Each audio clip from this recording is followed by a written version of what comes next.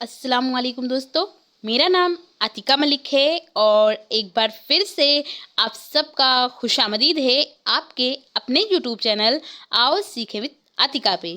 तो दोस्तों, आज की इस वीडियो में हम बात करने वाले हैं क्लास 12 उर्दू की, और ये हिस्सा कसीदा का पहला चैप्टर है। अगर आप पूरा देखेंगे, चूँकि मैं पूरा सिलेबस करा रही हूँ, तो उसके अकॉर्डिंग ये आपका 26वां चैप्टर हुआ, लेकिन ये कसीदा का पहला चैप्टर है जिसको इब्राहिम ज़ोक ने लिखा, और इनका पूरा नाम शेख मोहम्मद इब्राहिम ज़ोक था।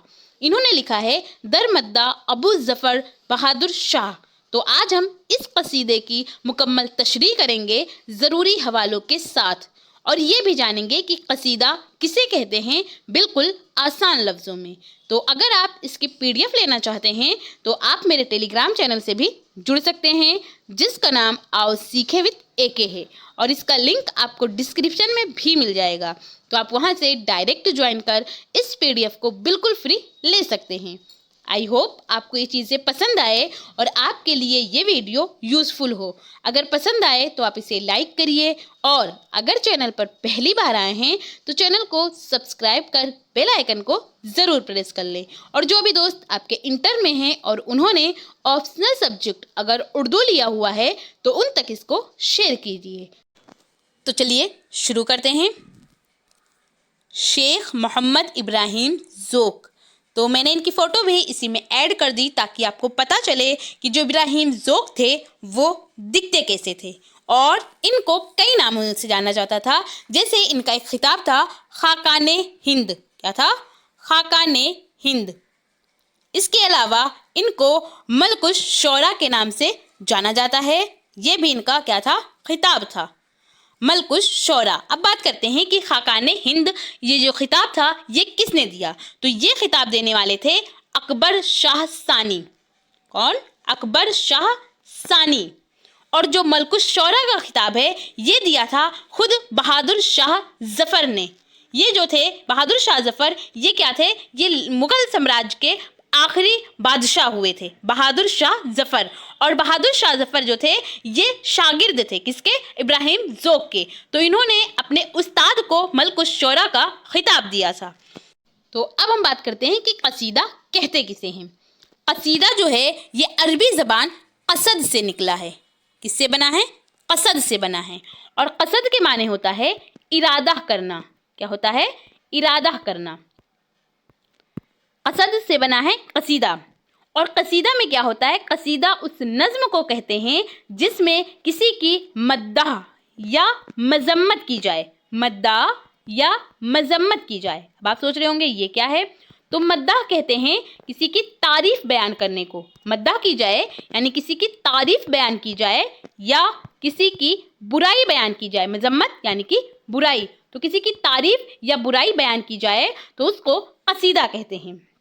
और कसीदा में क्या होता है? कसीदा में किसी जो बादशाह वक्त होता है उसकी तारीफ की जाती है, या कोई रईस होता है यानी कोई मालदार शख्स होता है उसके बारे में कसीदा लिखे जाते हैं। तो ये जो कसीदा है ये इन्होंने अपने शागिर्द के ऊपर लिखा था, और जो कि बादशाह वक्त थे, जो मुग़ल साम्राज्य था उसके आखिरी बादशाह यही थे बहादुर शाह जफ़र। तो उन्हीं के बारे में इन्होंने ये कसीदा लिखा है जिसका नाम है दरमद्दा अबू ज़फ़र बहादुर शाह मरहूम। तो इस कसीदे में इन्होंने क्या कहा है पहले उसको पढ़ते हैं, उसके बाद इसका हवाला और तशरीह भी करेंगे। तो इसमें इन्होंने कहा है कि सावन में दिया फिर मैं शवाल दिखाई, बरसात में ईद आई, कदाकश की बन आई, करता है हिलाल आबरू खम से इशारा। हिलाल, हिलाल के माने क्या होता है? हिलाल कहते हैं, ये हलाल नहीं बल्कि हिलाल है। हिलाल कहते हैं पहली तारीख। क्या होता है? पहली तारीख, पहली तारीख का चांद, तो उसको हिलाल बोलते हैं। करता है हिलाल आबरू खम से इशारा। आबरू के माने क्या होता है? तो आबरू कहते हैं भौं को, जो आंख के ऊपर बाल होते हैं जिसको भौं कहते हैं, वो आबरू। तो हिलाल आबरू खम से इशारा। साकी को कि फिर बादे से कश्ती तुलाई। तुलाई के माने क्या होता है? तुलाई कहते हैं सुनहरा को। फिर इसके बाद है अक्स फगन जाम बिलोरी से मैं सुर्ख, किस रंग से हो हाथ में कश की हिनाई। तो अब हम इसका हवाला पहले देखते हैं। हवाला में आप लिखिए कि ये कसीदा हमारी उर्दू की किताब जिसका नाम अदबी सिपारे हैं, चूँकि इंटर में 2 बुक चलती हैं, एक का नाम है अदब पारे और एक का नाम है अदबी सिपारे। ये पे नहीं बल्कि बा होगा, अदब पारे, और एक का नाम है अदबी सिपारे। तो ये अदबी सिपारे के जो हिस्सा नज्म वाला है उस बुक से ली गई है जो कसीदा है। के सबक दर मद्दा अबू जफर बहादुर शाह मरहूम से लिया गया है। इसके तख्लीक यानी इसके शायर जो हैं वो मोहम्मद इब्राहिम ज़ोक हैं, जिनका पूरा नाम शेख मोहम्मद इब्राहिम ज़ोक है। तो आप अगर मोहम्मद इब्राहिम ज़ोक लिखेंगे तो गलत नहीं होगा, इब्राहिम ज़ोक लिखेंगे फिर भी सही होगा, क्योंकि इन्हें हम ज़्यादातर इब्राहिम ज़ोक या ज़ोक के नाम से जानते हैं, लेकिन इनका पूरा नाम भी आपको पता होना चाहिए। इनका पूरा नाम शेख मोहम्मद इब्राहिम ज़ोक था। तो अब आप इसकी तशरीह करिए और तशरीह में लिखिए कि ज़ोक कहते हैं कि शवाल के महीने का चांद जैसे ही दिखाई दिया, बरसात में ईद के आते ही रोज़ादारों की बन आई और वो खुशियों में गर्क हो गए, यानी खुशियों में डूब गए। पहली तारीख का चांद अपने पुरखम भौहों से बार बार ये इशारा करता है कि ए मोमिनो, तुम अपने दिलों को खुदा के नूर से मुनव्वर कर लो। जब आसमान में चांद रौनकें बिखेर रहा हो तो मोमिनों के दिल क्यों ना खुशी से लबरेज हो जाएं, यानी कि भर जाएं। इसके बाद अगला बंद है और अगले बंद में इन्होंने कहा है कि कूंदे हैं जो बिजली तो ये सूझे है नशा में, साकी ने है आतिश से मैं तेज उड़ाई। साकी कहते हैं दोस्त को। ये जोश है बारह का। बारह किसको कहते हैं? बारह के माने होता है, क्या होता है बारह? बारह कहते हैं बारिश को। बारह का कि इफलाक के नीचे, इफलाक जो है ये फलक की जमा है। फलक, फलक के माने आसमान होता है, तो फलक की जमा है क्या है? इफलाक। होवे ना मयम्मज करह नारी व माई, पहुंचा कमक लश्कर मारा से है ये जोर, हर नाले की है दश्त में दरिया पे चढ़ाई। तो इसका हवाला पहले की तरह होगा, लेकिन जो तशरीह होगा वो अलग होगा। तो तशरीह में आप लिखिए कि ज़ोक कहते हैं कि इंसान जब तहजलियात रुबानी से फैज़याब हो जाता है तो मखमूर हो जाता है और उसे दुनिया के मुकाबले आखिरत बेहतर लगने लगती है। आसमान के नीचे बारिश इस कदर ज़ोरों से बरस रही है कि आग और पानी के कतरों में फ़र्क नज़र नहीं आता। बारिश के ज़ोर से ऐसा महसूस होता है जैसे दश्त या जंगल के हर नाले ने दरिया में धावा बोल दिया हो। इसके बाद अगला बंद है और अगले बंद में इन्होंने कहा है कि हो कल्ज़्म। ये कल्ज़्म जो आया है इसके माने क्या होता है? तो कल्ज़्म कहते हैं एक समंदर का नाम है। हो कल्ज़्म अमा पे लब हुआ मुदवस्सम, तालाब समंदर को करे चश्मे नुमाई है, कसरत बारह से हुई आम ये सर्दी। बारह यानी कि बारिश की बात हो रही है। काफूर की तासीर कई जो जमी पाई, सर्दी ही न पहुँचे है आशिक के जिगर तक, माशूक का गर हाथ है में है दस्त हिनाई। दस्त कहते हैं हाथ को और हिनाई यानी कि मेहंदी की बात हो रही है। तो मेहंदी लगा हाथ, कैसा हाथ? मेहंदी लगा हाथ को कहते हैं दस्त हिनाई, मेहंदी लगा हाथ। तो इसकी आप तशरीह करिए और तशरीह में लिखिए कि ज़ोक कहते हैं कि समंदर पर नदियाँ हंस रही हैं और तालाब इस कदर लबरेज हो गए हैं यानी कि भर गए हैं कि समंदर को आंखें दिखा रहे हैं। ऐसा लग रहा है कि मानो समंदर को आंखें दिखा रहे हैं। बारिश की ज़्यादती से सर्दी में इजाफा हो गया है और काफूर की खुशबू और तासीर ख़त्म हो गई है। माशूक की मेहंदी लगे हाथ अगर आशिक को छू ले तो उनकी ठंडक आशिक के जिगर तक पहुँचे। इसके बाद अगला बंद है और अगले बंद में इन्होंने कहा है कि आलम ये हुआ का है, हुआ नहीं बल्कि ये हवा की बात हो रही है। आलम ये हवा का है कि तासीर हवा से, गर्दो ये है खुर्शीद का भी दीदाए हवाई, क्या सिर्फ हवा है तर्ब व ऐश से आम, है मदरसे में भी सबक सिर्फ हवाई यानी सिर्फ हवाई बात हो रही है। मदरसे यानी जो स्कूल हैं, मदरसे हैं, उसमें कोई सबक नहीं पढ़ाया जाता है, सिर्फ हवाई बातें ही होती हैं। खाली नहीं मैं से रोशन दाना अंगूर, जाहिद का भी हरवाना तस्बीह रिहाई। तो इसकी आप तशरीह करिए और तशरीह में लिखिए कि ज़ौक़ कहते हैं कि इस वक्त ऐसी हवा चल रही है जिसकी तासीर से आसमान पर चमक रहे सूरज की आंखों का रंग भी ज़ाइल हो गया है। दुनिया में हर तरफ ऐश व शादमानी का बोलबाला है और स्कूलों में भी बेराह रोई का दर्स दिया जा रहा है यानी पाठ पढ़ाया जा रहा है। अंगूर भी मखमूर नज़र आ रहे हैं और कुछ लोग तस्बीहात का विर्द करते हैं मगर महज दिखावे के लिए, यानी सिर्फ ऐसे ही झूठ मूठ का दिखावे के लिए वो तस्बीह का विर्द कर रहे हैं यानी तस्बीह को पढ़ रहे हैं।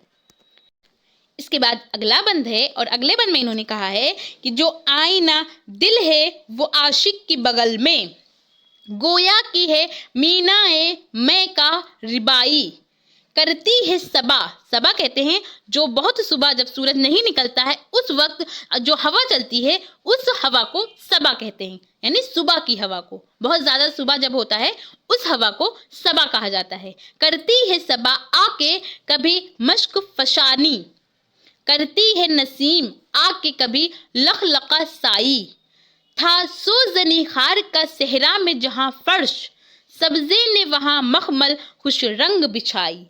तो इसकी आप तशरीह करिए और तशरीह में लिखिए कि ज़ौक़ कहते हैं कि आशिक के सीने में जो दिल धड़क रहा है गोया वो लबरेज सुराही की मानिंद लगता है, कभी परवाह हुआ मश्क फसानी करता है। मश्क फसानी क्या होता है? मश्क कहते हैं खुशबू को और मश्क फसानी यानी मुश्क छिड़कना, जो छिड़का जाता है उसकी बात हो रही है। तो कभी परवाह हुआ मुश्क फसानी करती है तो कभी सुबह की हवा से खुशबू भरे झोंके आते हैं। सुबह की हवा, बात किसकी हो रही है? सबा की। सबा यानी कि सुबह की हवा को कहते हैं। झोंके आते हैं जंगल में जहाँ कांटों का फर्श था वहाँ अब हरियाली ने मखमली खुश रंग फर्श बिछा दिया है। इसके बाद अगला बंद है और अगले बंद में इन्होंने कहा है कि आराइश गुलशन के लिए जामाए रंगीन, ज़ेबाइश गुंचा के लिए तन कबाई, है नरगिस शिमला ने दिया आँख का में काजल, बर्ग गुलसोसन ने धड़ी लब पे जमाई, आबरू पे करे। आबरू, आबरू के माने क्या है? तो आबरू कहते हैं भौं को, जो आंखों के ऊपर बाल होते हैं जिसको भौं बोला जाता है। तो आबरू के माने यहाँ पर किस चीज़ से मुराद है? आबरू के माने हैं भौं। आबरू पे करे कौस कज़ा व समा तो खुर्शीद, सुर्खी शफक से करे रेश अपनी हिनाई। तो इसकी आप तशरीह करिए और तशरीह में लिखिए कि ज़ौक़ कहते हैं कि गुलशन को सजाने के लिए रंगीन लिबास और गुंचे की ज़ेबाइश के लिए तुंग किबा अता हुई है। नरगिस शहला ने अपनी आँखों को काजल से संवारा है तो सोसन के फूलों के पत्तों ने अपने लबों पर मस्सी जमा ली है। अगर धनक अपनी भौं पर खिजाब लगा ले तो सूरज शफक से अपनी दाढ़ी को मेहंदी की मानिंद रंग ले। इसके बाद अगला बंद है और अगले बंद में इन्होंने कहा है कि रुखसार आए गुलची। गुलची किसको कहते हैं? तो गुलची यानी कि फूल तोड़ने वाले की बात हो रही है। गुलची फूल तोड़ने वाले, जो फूल तोड़ता है उसको क्या कहते हैं? गुलची। तो रुखसार गुलची का है सुर्खी से ये आलम, जो वक्त गजब चेहरा तुर्कान खिताई, क्या सागर रंगीन को क्या जदल मुहैया, नरगिस ने तो सरसों ही हथेली पे जमाई, मोती मुतहम्मिल नहीं एक सागर गुल की, शाख गुल अहमर की नज़ाकत से कलाई। तो इसकी आप तशरीह करिए और तशरीह में लिखिए कि ज़ौक़ कहते हैं कि गुलची, गुलची यानी फूल तोड़ने वाले के गालों का सुर्खी से ये आलम है जैसे तुर्कों का चेहरा गुस्से की हालत में सुर्ख हो जाता है यानी लाल हो जाता है।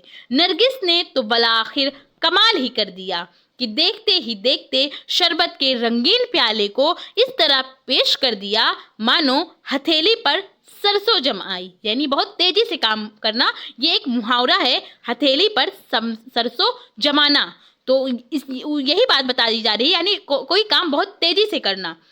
گلاب کی شاخ کی نزاکت کا یہ عالم ہے کہ وہ خوبصورت پھولوں کی بوجھ کو برداشت نہیں کر سکتی۔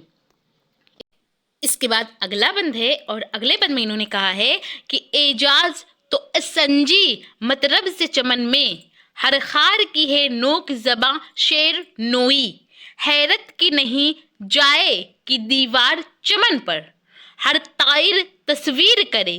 طائر جو ہے، طائر کے معنی ہوتا ہے پرندے، کیا ہوتا ہے؟ پرندے، طائر بولتے ہیں اس کو۔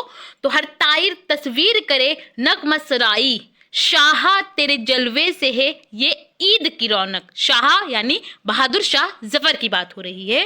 شاہا تیرے جلوے سے ہے یہ عید کی رونق، عالم نے، عالم کہتے ہیں دنیا کو، عالم کے معنی کیا ہوتا ہے؟ دنیا۔ تو عالم نے تجھے دیکھ کے ہے عید منائی۔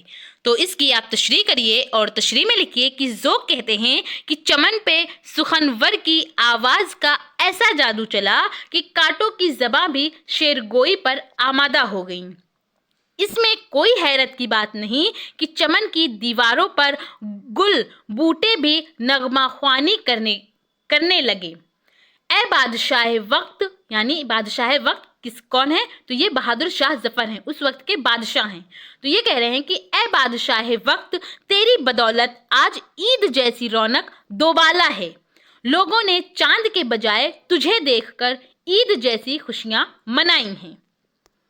اس کے بعد اگلا بند ہے، اور اگلے بند میں انہوں نے کہا ہے کہ کہتے ہیں میں نو جسے آبرو نے وہ تیری، کہ آئینہ چرخ میں ہے عکس نمائی، پر تو سے تیرے جام میں عیش سربزم، لے ساگر جمشید کرے کارروائی۔ جمشید ایک اور دوسرے بادشاہ ہیں، تو ان کی بات ہو رہی ہے کہ لے ساگر جمشید کرے کارروائی، ٹپکے لب ساگر سے وہ قطرہ کروئی شکل، ہو مثل فلک جس میں تماشائے خدائی۔ فلک کس کی بات ہو رہی ہے؟ تو فلک کہتے ہیں آسمان کو۔ تو اس کی آپ تشریح کریے اور تشریح میں لکھیے کہ ذوق کہتے ہیں کہ دنیا جسے نئے چاند سے تعبیر کرتی ہے وہ دراصل آسمان کے آئینے میں تیری بھاؤں کا عکس ہے۔ بادشاہ جمشید بھی تیرے تدبیر سے محفل میں جام عشق حاصل کر رہا ہے۔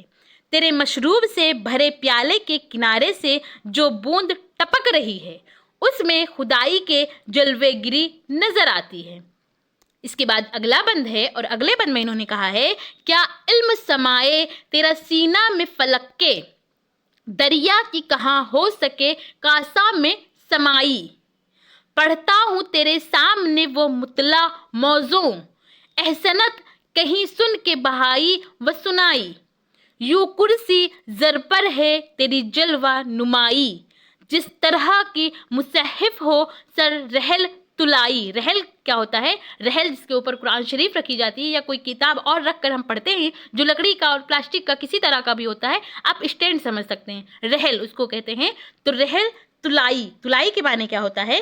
تلائی کہتے ہیں سنہرا، سنہرا رحل کی طرح، تو یہ سنہرا ہے، اس کے معنی تلائی کے معنی۔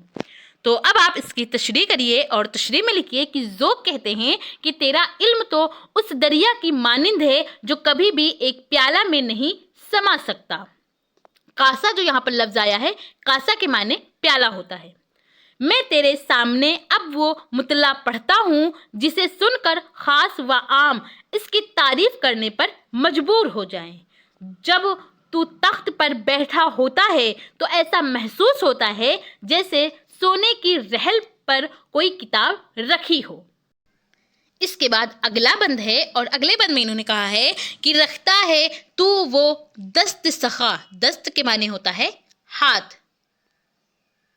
تو رکھتا ہے تو وہ دست سخا سامنے جس کے، ہے بحر بھی کشتی با کف از بحر گدائی، گم رہ کو ہدایت، گم رہ، گم یعنی کہ کھونا، جو اپنے راہ سے کھوئے ہوئے ہیں، بھٹکے ہوئے ہیں، تو ان کو ہدایت جو تیری راہ پہ لاوے، رہزن بھی اگر ہو تو کرے راہ نمائی، تانا خن شمشیر نہ ہونا خن تدبیر، دشمن کو تیرے ہو نہ کبھی عقیدہ کشائی، تو اس کی آپ تشریح کریے اور تشریح میں لکھیے کہ ذوق کہتے ہیں کہ تو اس قدر سخی ہے کہ تیرے سامنے بھیک لینے کے لیے سمندر بھی ہتھیلی پر کشتی کو لیے ہوئے ہے۔ تیری نصیحت کا لوگوں پر اس قدر اثر ہوتا ہے کہ بگڑے ہوئے اور رہزن بھی راہ راست پر آ جاتے ہیں۔ جب تک تیری تلوار تدبیر اختیار نہ کر لے اس وقت تک تیرے دشمن کی مشکل آسان نہیں ہو سکتی۔ اس کے بعد اگلا بند ہے اور اگلے بند میں انہوں نے کہا ہے کہ خورشید سے افزوں ہو نشان سجدہ کا روشن، گر چرخ کر دے در کی تیرے ناسیہ سائی، عکس رخ روشن سے تیرے جو ید بیضا، کرتا ہے کف آئینہ اعجاز نمائی، کرتا ہے تیری نظر صدا نقد سعادت، ہے مشتری چرخ کی کیا نیک کمائی۔ تو اس کی آپ تشریح کریے اور تشریح میں لکھیے کہ ذوق کہتے ہیں کہ اگر خدا تجھے متنبہ کرے اور تیرے لیے ہدایت کے راستے کھول دے تو تیرے سجدے کا نشان سورج سے زیادہ روشن ہو جائے، کسی چمکدار اور روشن ہاتھ کی طرح تیرے چہرے کے عکس سے آئینہ بھی صفائی میں جادو جیسا رنگ پیش کر رہا ہے۔ آسمان میں چمکتا ہوا ستارہ مشتری بھی کتنا نیک بخت ہے کہ اس نے اپنی تمام تر اچھائیاں تیری نظر کر دی ہے، یعنی تجھ کو سونپ دی ہے۔ اس کے بعد اگلا بند ہے اور اگلے بند میں انہوں نے کہا ہے کہ ایک مرغ ہوا کیا ہے کہ سمرخ نہ چھوڑے، گر سربا ہوا ہووے تیرا تیر ہوائی، ہر کوہ صفا ہو تو عجب کیا، ہو فیض رساں جب تیرے باطن کی صفائی، ہو بل کی صفا ایسی دل سنگ صنم میں، ہر بت میں کرے صورت حلق جلوہ نمائی۔ تو اس کی آپ تشریح کریے اور تشریح میں لکھیے کہ ذوق کہتے ہیں کہ جب تو تیر چھوڑتا ہے تو مرغ کی کیا حیثیت، اس سے سمرغ بھی نہیں بچ سکتا ہے، اگر تیرے باطن کی صفائی فیض رسا ہو جائے تو عجب نہیں کہ ہر پہاڑ کوہ صفا کی مانند صاف و پاکیزہ ہو جائے۔ اے خدا، ہر سخت اور پتھر دل انسان کے دل میں اس قدر صفائی پیدا کر دے کہ اس میں تیرا جلوہ نظر آنے لگے۔